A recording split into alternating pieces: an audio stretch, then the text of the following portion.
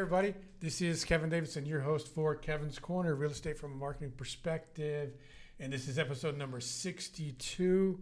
And I have a little special episode because I'm not going to have two guests this time. I'm going to have one, and it's this young lady right here. But I'll introduce her in just a second. So I always like to start off with saying that if you are a real estate agent or a vendor that operates in the Fort Bend County area and you're watching a podcast and you want to be on the podcast, give me a call, 832-654-0527, or email me at kevin.davidson, and I'll be happy to put you on the podcast. And I always have to start the podcast off by saying that I couldn't do this if it wasn't for Jennifer Smitis, the Area Vice President for Stewart Title here in Houston, Caitlin Kornick, Devin, the escrow officers here in Sugar Land, and Wendy Santana in Richmond, and all of our support staff. If it wasn't for you guys, I would not be able to do this. Now that we got all the pleasantries out the way, this is episode number 62. This is Kay Harris. Hi. She's my guest today. She is a top producing agent in the Fort Bend County area. Say hi to everybody and introduce yourself. Hi, everyone. I'm Kay Harris with Remax Farm Properties in Sugar Land, Texas. I'm also licensed in Georgia with Remax Around Atlanta Realty in the greater Atlanta area as well. Really? You didn't tell me that. Because I got another agent friend that's licensed here and in Florida. So, surprise. Surprise. So, you're with Remax Farm Properties. Yes. Let's start off by trying to let everybody get to know you a little bit. Okay. So, why did you become a real estate agent? Well, I graduated from high school at 16, and my counselor, of course, what they did back then. Wait. You graduated high school at 16? Yeah, my grandfather did, my mother did. Isn't that like 2 years earlier than normal? Yeah, I skipped. You smart, huh? I Real was. smart. Yeah. I was. She said I was. I feel lost now in this new tech age. But, I mean, ask me anything about the phone, I probably won't know how to work it. But, Okay. but no, and so getting out earlier, I, just trying to figure out what I wanted to do from then on. And, just it's great to keep going. It's better to keep going. So my counselor, kind of grilled me and said, well, what do you want to do? And I said, I don't know. I guess I want to be a teacher. I always loved English. I wanted to be a teacher. And I said, well, how much do they make? And back then, even in the 90s, it was like, oh, they make about 32. I said, nope. Not going to do that. Yeah. And so then he said, well, with that mouth, you ought to be an attorney. And I said, okay, I could do that, go to court. And I said, well, how long would I have to stay for that? And he said, well, it takes about 8 years or more, as you went and got your associates and stuff. So you about 8 years. I said, not going to do that. Nope, not going to do that. So I got out early, Marv. Got out early to go right back in. Yeah, not going to do that one. Yeah. And so, I'm 16, I'm thinking I'm, living life, right? And so then he said, well, why don't you get into real estate? And I said, well, what is real estate? And he said, sell houses. I said, how do you sell a house? Right. And at that time, I really hadn't known anyone who owned a home. And so he took me to the library, and we watched VHSs and and read books, actually checked out books and read books, and just spent the day talking about real estate and learning, what it was, what it entailed, all the possibilities and things, and it fascinated me. So I asked about, like demographics and such, and I said, well, how many people actually own versus rent, and, who rents and who owns? Is it just the wealthy? Is it the middle class? Is it low? Because I know where we were at the time. And he said, well, he gave me statistics for the 90s, of course. And then I said, so what's the cap? How much can I make? What's the potential? And he said, you make whatever you want. It just depends on, you and your ability to do it and what you do. And I said, so I don't have to work under anybody. I can make as much as I want as long as I work. And I can have the freedom to do pretty much, create my own hours and everything. And I said, and that's it. I just have to get with a particular company, and that's it. Yeah, and he made it sound so easy. I said, okay, sign me up. Right. So I went to College of the Mainland. It's a community college in Texas City. Mm-hmm. And Rich Novak was my instructor, and I remember him because he was awesome. And so we got through the course. He was a very, very good instructor.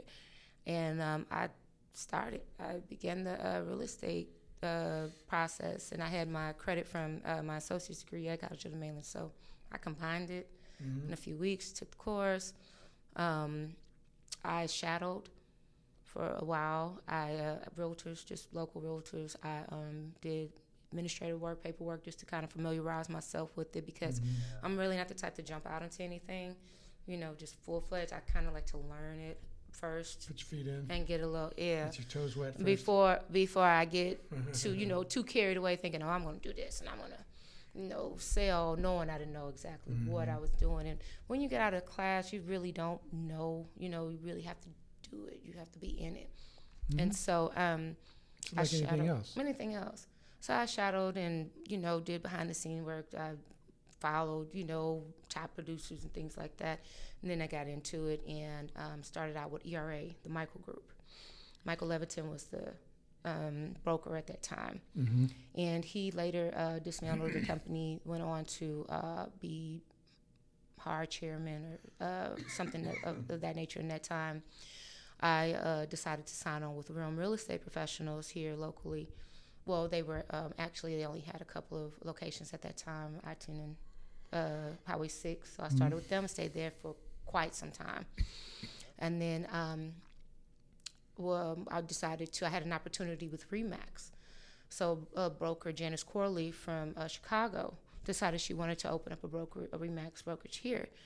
And she contacted a colleague of mine and said, hey, would you, be interested in opening up the business? And she said, if I can bring my working partner, Kay Harris, fine. And she did, and that's how I joined Remax, the Remax family. And I've been there ever since. So I just got a 10-year anniversary mark with Remax last week. So when you go, because now you're with Fine Properties. Remax Fine Properties in Sugar Land. Right. And so if you change Remaxes, you still get to keep your time and your tenure and all that stuff? Absolutely. Just like wherever I sell, like whenever I sell in Georgia, my numbers and stuff transfer over. So it's Remax as a whole.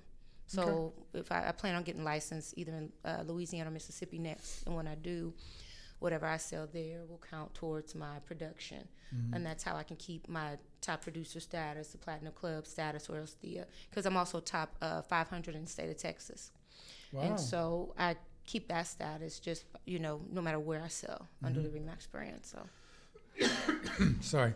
So you've been a real estate agent ever since you graduated high school? Just about. So I was in the industry since 2001 and then became licensed after I shadowed and, learned a little bit of what I needed to do. Right. And then I finally got out there, got my first sale, and I got at the time, houses are like 120, 140, nice homes. And so I got a $4,500 check and said, I'm rich. Yeah. And so I just put my foot forward after that. And it was, it was just the start of me kind of. So how long, how many years have you been a real estate agent? Been in real estate? 23. 23 years. Yes. Wow. Yes, I've been in real estate. So tell everybody what you like about being a real estate agent. You've been in for 23 years. Well, yeah. I started out part-time like most agents do, and then I got into full-time. Actually, when 2008 hit the crash, I got into it because I got a 9-to-5, and then it's just something said, you know what? When this market picks back up, I'm just gonna go ahead and put my full, my foot forward and said, hey, I'm just gonna jump in, and that's what I did. It was that time that made me decide, hey, you probably need to. Thank you for the plug. You probably need to put more into what you're doing in your business so you can elevate. Because if you do this part time, it's kind of hard to do it well. It's real hard. Yeah, to do it well because you miss calls, you missed appointments, you missed everything, and to have yourself in this box after 3 o'clock, 5 o'clock, or whatever, it just doesn't work. Or a weekend. And most people that you meet, you're going to find they're not available during the time you are. Exactly. And so challenge showing properties. Right. And so even though now I've shown agents and things of that nature, working partners and everything in the beginning, it didn't work that way. Especially then, we were writing contracts on cars. I mean, we printed them out and wrote contracts. This computer thing, this dot loop and DocuSign and stuff came later. We hand wrote our contracts and things like that. So it was a lot more legal pads. Yeah, it was a lot more involved with the contract writing process. So now we're, like I said, technology is kind of, it's for technology is great when it works. When it works. And it's not when it doesn't. Exactly. And so it was just one of those type things, especially, the transition from that. But I just decided then, I said, well, you know what? When this market picks back up, because I knew it would, I said I'm going to just make it a point to go full time and quit leaning on the 9 to 5 and, focus on that to see if I could really do it. And after that. So you do you prefer buying houses, selling houses, leases? I don't really have a preference in regard to working with buyers or sellers. I work with more buyers, but I made sure that I was proficient in things that attract buyers, such as down payment assistance programs, such as ways to get your closing costs paid, such as ways to get a house with, without a 700 credit score, which a lot of people just don't have. And so for whatever reason or another, and for people who don't make 6 figures, my idea was, and going back to your previous question, what made me want to get into real estate. I was fascinated again by the fact that there was a way to get low to middle income people into a home when I was one of the families who didn't think that was possible. I had never even heard of it. And so I said, well, if there's a way to do this, then maybe I can learn it and teach others. So that's what the goal was in my, to help lower and mid class. And then, of course, later on I got into the other market, luxury, because I'm also designated with luxury home marketing specialist as well, veteran specialist. And I got into all of that, of course, and wanting to help veterans and people. So many people who don't use their veteran benefits. And it's like they don't know, or else they don't think they can use it. And it's like one of the, in my opinion, the best loan out there. You over your career, you have educated yourself to where you can basically help any type of client that wants to buy. Absolutely. And you have the resources to get them into out of a home. Exactly. And so, I'm helping somebody now who's facing foreclosure, because a lot of people lose their homes. They don't know what to do. They're embarrassed, or else they figure, well, I got this notice, so I can't do anything. No, you can. You can stop a foreclosure. You can incorporate a loan modification into the process to prolong it or to hold off on it or to save your home. You can protest taxes to make it a little bit easier on you monthly. You can switch out your homeowner's insurance company to lower your monthly. Yeah. Things of that nature, changing the especially now. Oh goodness, especially now, and with the prices. But remember, I started when you could get a nice home for $120, $140, and now with the changes, everything you need to know different ways to make things work. Because a lot of people don't know you can make, I tell them, hey, if you can make a payment half on the first, half on the 15th, you're still in compliance. You don't get a late fee. Because a lot of people who rent say, well, if I have 3 to 5 days in an apartment, that's probably the same for a house, not knowing it's not true. Right. And I said, if you have to, because the mortgage is $3,000 and that's something that's a shock to you, you're not late if you pay by the 15th. Right. If you have to, if that's what you have to do because you're under $100,000, a year, doesn't mean that you don't deserve this home, and doesn't mean that you shouldn't own a home. It just means you have to improvise and you have to make it work. So, if you can manage this plus a car note, my team is great. I have a team of lenders and that I prefer to use. I use, of course, whoever people want, but I always have a staff, a preferred lender.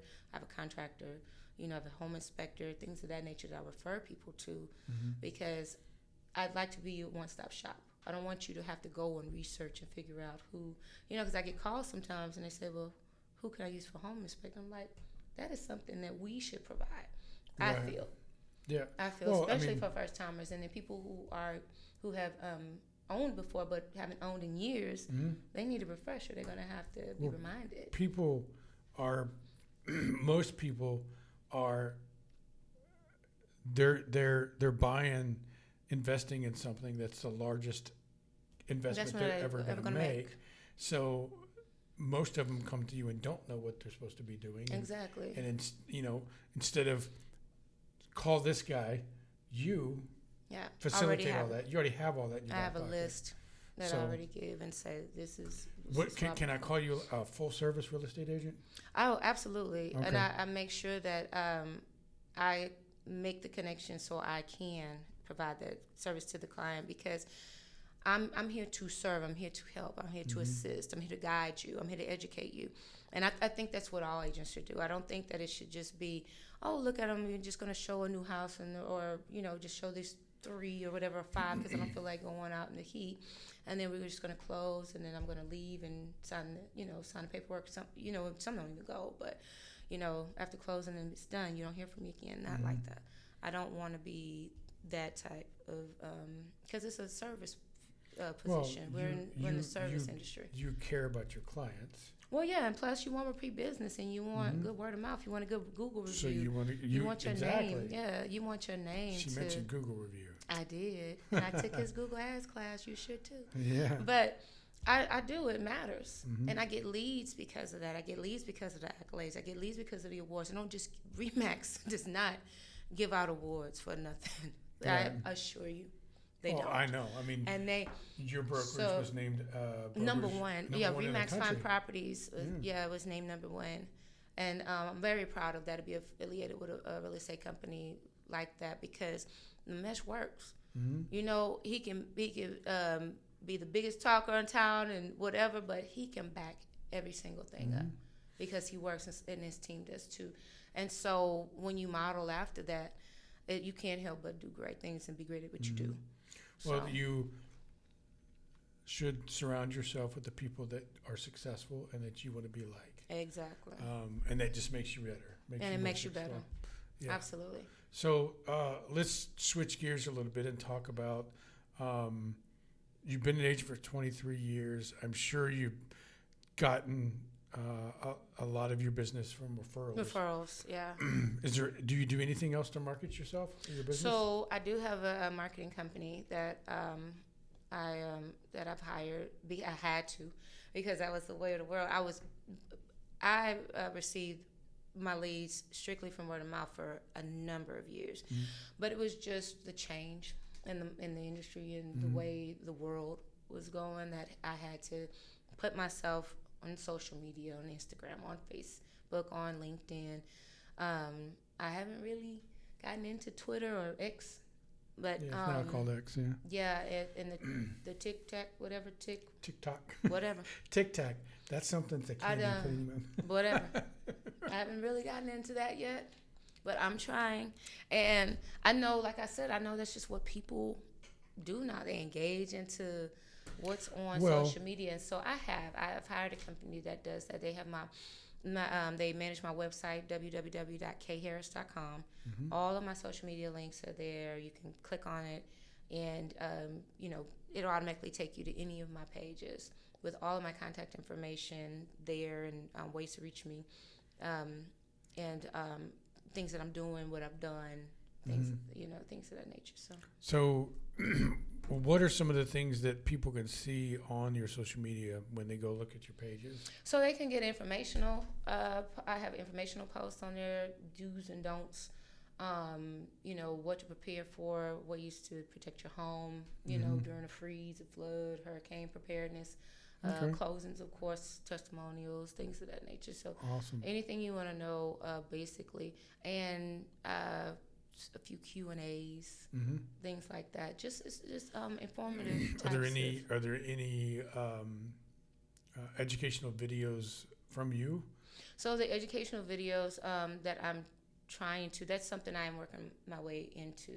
Working my way up to. So that's coming next. The educational videos where I can actually sit and talk and engage, and then do something like that. I thought about doing more podcasts and things of that nature, but one where people can actually call in and ask questions and things. I did. Well, with your 20 years experience, I mean, you're already an expert, but putting yourself on video and talking to your potential audience about things that might be their pain points, correct, goes a long way. Exactly. And it's like, and like I said, I have to transition into that because I really like the old way, and I really like that the personable. I like the old way too. Yeah. Yeah, I like the face to face. Yeah, the face to face, and we lose that when we're on screen. Mm-hmm. I'm like, I want to talk to you. I want to meet with you. I want to sit. We can sit in Starbucks. We can sit in the office or whatever. I think we've lost that, and I don't want to. I would really like to personally engage with a person instead of everything being on the internet. Mm-hmm. Do your research. I'm not saying that. Absolutely do your research. But at the same time, don't make that your only source and point of contact. Meet with people, sit, talk with them, take out an hour and actually engage and look them in their eyes. Don't just make this what you base your, opinion of a realtor or, whether or not they can or can't help you off of something that you've seen on a screen. That's not, enough. You can't know, like, and trust somebody if you've never met them. If you've never met them. It's impossible. I believe that. And people do business with people in this industry, with people that they know, like, and trust. Exactly. And that's who they refer. Mm-hmm. And that's who they refer to. And then so as soon as someone, they might say, well, it's more convenient to text, so I'll text. I say, please tell me when we can speak. Yeah. Please give me the best time to call, because I don't want you to get, locked into the phone. I want us to speak. I want you to hear me. I want to ask, questions and have you ask questions. You might think of something for something I said, and you can really get lost in translation on a text, or you can't really relay your information on a text. It doesn't come across the right way. And I miss that old way of us having to. It's no other way but to sit and talk with you. I really do miss that. It's 2024. I mean, people are. Everything's digital. It's more convenient. I get it. And people it's a microwave society. I do get it. But my ways work. I've never heard that before. Microwave society. I like that. Quick. Quick. There you go. Okay. Yeah. All right. You mentioned the mesh a minute ago. Anything exciting happening at RE/MAX Fine Properties? Every day. Every day. You'll love that one. No, but we're out there. I mean, we have listings. The RE/MAX Fine Properties has listings all over with, home builders, Highland, Highland, D.R. Horton, Saratoga, many others, and then of course the agents themselves. They we're number one, of course, in Fort Bend, and then we expanded and made number one, in Texas and everything. So you guys are number one RE/MAX nationwide. Yeah. Nationwide. And so we work, and every now and then we'll go and we network, and like we have something coming up that corporate is doing in Pearland pretty soon here, and so we do. But a lot of times we are in the field, we are working, we are getting listings, we are helping buyers. That's one thing that I really do like about the office. Everybody in there, is really on top of their game. We don't have slackers there, and he doesn't allow it. But yeah, I know. I work with several of your guys' agents over there, but something that it's not recent, but about a year ago, Mesh decided to start allowing new agents to join the brokerage. Under guidance. Right. If you're in a team, then yes, you can. And, just because he knows how important mentorship is in this business, and he wants you to do well. He doesn't want you to just sit here pay an office fee and then you not do anything. You do a lease here or there or whatever. He really wants you to sell, and he wants you to, be a top producing agent. Like if you have a listing out, if you have a buyer who's looking for something or something, he'll promote it. Mm-hmm. And that's what, I think that's what it should be like. I think that because you're a fish out of water when you come out of A lot of those brokerages, you join them and you're just a number. Yeah, I mean, but no, and it's not a cloud, type Mhm. of brokerage. It is Right. an actual franchise and one. You can where come into the office come whenever into you the need office to. whenever you need to. Come to You classes. have your own personal broker. It's not Mhm. one and everybody's under them, and you have a team lead and all that. Mhm. You have an actual broker. Are you a team lead? Do you have a team? I'm an individual now. Individual? Yeah, Okay. I would love to get a team, but it's probably not the easiest working under You K got Harris enough on Real your belt Estate. right now. Oh yeah, well you have to know your stuff. You have to Mhm. really work like I do. I you, mean, you know your stuff. yeah, but I work 7 days a week and Mm-hmm. weekends and holidays, and I know a lot of people don't. I try to respect that though, but no, I wouldn't mind. I wouldn't be opposed to having a good team. Marketing and assistant and a second hand and transaction coordinator and things of that nature. TCs are so needed in this What business. what about having other agents under you? Yeah, a team. Yeah. Oh, okay. Yeah, Right. so something like that. That's why I said they have to know that, be motivated and other stuff and not be lazy. You have to work. You have to work that anyway because Well, it's in this market, yeah. it's not like it was 3 years ago when No. contracts were just falling in your lap. You Yeah. gotta go. you Well, gotta a go lot work of for it them. is today, though. A lot of it, is where people know you and you get in, you get your license. You don't have to really know a Mhm. lot about it. If you can go on the internet and do a little bit of looking and reading, you'll wing it. Mhm. I mean, it's But once out you get there. your license, you have to work for the deals. You have to. Maybe not you, because you've been around for so long. Well, no, I mean you have to work for the deals. Meaning, not necessarily. So a lot of this stuff, social media is about likes, Mhm. right? And they'll tell you that in anything in the entertainment industry, usually you have to go to Juilliard. You still have to really practice your craft and be an Mhm. actor. Now, if you have enough likes on your TikTok, then you're in there. They say, oh, they have such and such followers. Right. Oh, they have this. If you're really good at that, doesn't matter what you have up there Mhm. sometimes, and that's not all the time. 'Cause But they call you an influencer. an influencer. Yeah, that's the word. That's it. Yeah. And so that's what we've come across now, and I don't want it to be that. I really want it to be where we come back to where you have to know your business, you have to follow up, you have to know what to do in the event this doesn't go smoothly, or not that your broker isn't there to help, but they can't do every single thing. We really need to get back to where agent is indeed the expert and is knowledgeable on every aspect of it. Now, every client isn't for that realtor. Like every client isn't for me. Mhm. There is a way that I do like to, conduct business. Mhm. And some people, either it's too much, or they don't want to do it, or they don't want to be bothered, or they feel like, oh, it's too much. I don't have to do this. It shouldn't take all of this. Or why do I need that? Or, and I have a system that works. Otherwise, I wouldn't sell. I wouldn't even be here. All good businesses have a system in place. That works for them. Mhm. And so that's what they'll tell you too. They say, hey, this is the way to do it, but find a way that works for you. And as long as it's, within, ethics and, it's Mhm. done correctly with track standards, you're fine. But but sometimes it's just not for everyone. So I don't want people to think that if you are this type of agent that, yeah, this is what's going to come to you and people are going to love you and they're going to flock to you. And not necessarily. Sometimes they don't. And that's okay. Mhm. But as long as you still are that agent who knows their business, they're knowledgeable, they do what they can to educate and to help, that's all you can do. But still be that agent. Don't be this person who says, well, I know how to do a really good video and I know how to engage and grab your attention. But then when you get here, I'm lost. You're disappointed. Yeah. Yeah. We don't want to disappoint No. our clients. We really want to impress them and to make them feel like they can trust us, like you said Mhm. before, right? Because that's who they work with, people who they have confidence in and who they trust. And that's if what I they appreciate. do, then they'll refer you more business of theirs Exactly, which and is their the friends goal. and family. Which is the Yeah. goal, networking, right? So while we wrap this up, tell everybody what can they expect from Kay Harris when they meet you for the first time?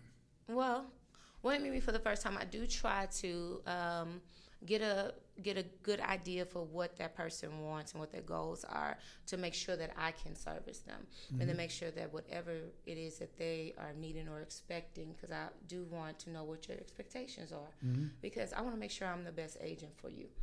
And once we find that, get that established, then I tell them what the process usually is from start to finish, depending on what they're coming to me for, what services I will provide, what the commission is for the service, and what ways to contact me and things of that nature, how they can You're very stay involved. transparent. Oh, goodness. Very transparent. Get all the Very expectations transparent, up front. and I introduce them to the team, and and I'll do a long drawn out email that they hate reading, I know, but I like to be detailed, and I figure that if you have it in writing, you can always refer back to it. So I'm big on reading and big on providing information. And like I say, and sometimes I'll learn that it's not a good fit, or they'll learn it's not a good fit. And at that point, I can either say, you know what, I'm going to have my working partner assist you, or I can say, I think this will be fine. I think I'll be able to find something for you and help you, and we can go from there. I do more of the residential side, but I dabble in commercial as well. Okay. I will say that I favor, residential more than commercial, but I do both. I handle both. And leases not as much, but I do have a few listings where my investors have, turned over quite a few, properties to lease out. And so I've done a few of those, but mainly buyers and sellers. Awesome. So let's tell everybody how they can find you. Where are you at on social media?